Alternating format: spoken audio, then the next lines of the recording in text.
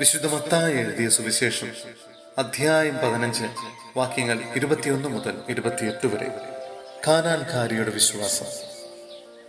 യേശു അവിടെ നിന്ന് പുറപ്പെട്ട് ടയർ, സീദോൻ എന്നീ പ്രദേശങ്ങളിലെത്തി. അപ്പോൾ ആ പ്രദേശത്ത് നിന്ന് ഒരു കാനാൻകാരി വന്ന് കരഞ്ഞപേക്ഷിച്ചു, കർത്താവേ, ദാവീദിന്റെ പുത്ര, എന്നിൽ കനിയണമേ. എന്റെ മകളെ പിശാച് ക്രൂരമായി ബാധിച്ചിരിക്കുന്നു. എന്നാൽ അവൻ ഒരു വാക്കുപോലും ഉത്തരം പറഞ്ഞില്ല. ശിഷ്യന്മാർ അവനോട് അഭ്യർത്ഥിച്ചു, അവളെ പറഞ്ഞയച്ചാലും അവൾ നമ്മുടെ പിന്നാലെ വന്ന് നിലവിളിക്കുന്നല്ലോ. അവൻ മറുപടി പറഞ്ഞു, ഇസ്രായേൽ ഭവനത്തിലെ നഷ്ടപ്പെട്ട ആടുകളുടെ അടുത്തേക്ക് മാത്രമാണ് ഞാൻ അയക്കപ്പെട്ടിരിക്കുന്നത്.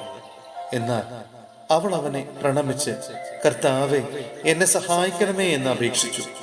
അവൻ പറഞ്ഞു, മക്കളുടെ അപ്പം എടുത്ത് നായ്ക്കൾക്ക് എറിഞ്ഞു കൊടുക്കുന്നത് ഉചിതമല്ല.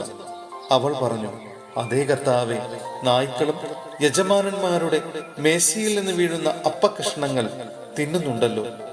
യേശു പറഞ്ഞു, സ്ത്രീയെ, നിന്റെ വിശ്വാസം വലുതാണ്. നീ ആഗ്രഹിക്കുന്നത് പോലെ നിനക്ക് ഭവിക്കട്ടെ.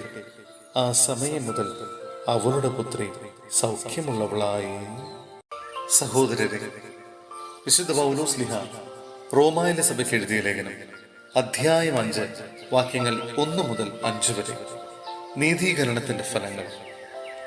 വിശ്വാസത്താൽ നീതീകരിക്കപ്പെട്ട നമുക്ക് നമ്മുടെ കർത്താവായ യേശു ക്രിസ്തു വഴി ദൈവവുമായി സമാധാനത്തിലായിരിക്കാം. നമുക്ക് കൈവന്നിരിക്കുന്ന ഈ കൃപയിലേക്ക് അവൻ മൂലം വിശ്വാസത്താൽ നമുക്ക് പ്രവേശനം ലഭിച്ചിരിക്കുന്നു. ദൈവമഹത്വത്തിൽ പങ്കുചേരാമെന്ന പ്രത്യാശയിൽ നമുക്ക് അഭിമാനിക്കാം.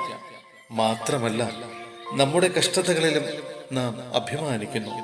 എന്തെന്നാൽ കഷ്ടത സഹനശീലവും, സഹനശീലം ആത്മധൈര്യവും, ആത്മധൈര്യം പ്രത്യാശയും ഉളവാക്കുന്നു എന്ന് നാം അറിയുന്നു. പ്രത്യാശ നമ്മെ നിരാശരാക്കുന്നില്ല. കാരണം നമുക്ക് നൽകപ്പെട്ടിരിക്കുന്ന പരിശുദ്ധാത്മാവിലൂടെ ദൈവത്തിന്റെ സ്നേഹം നമ്മുടെ ഹൃദയങ്ങളിലേക്ക് ചൊരിയപ്പെട്ടിരിക്കുന്നു.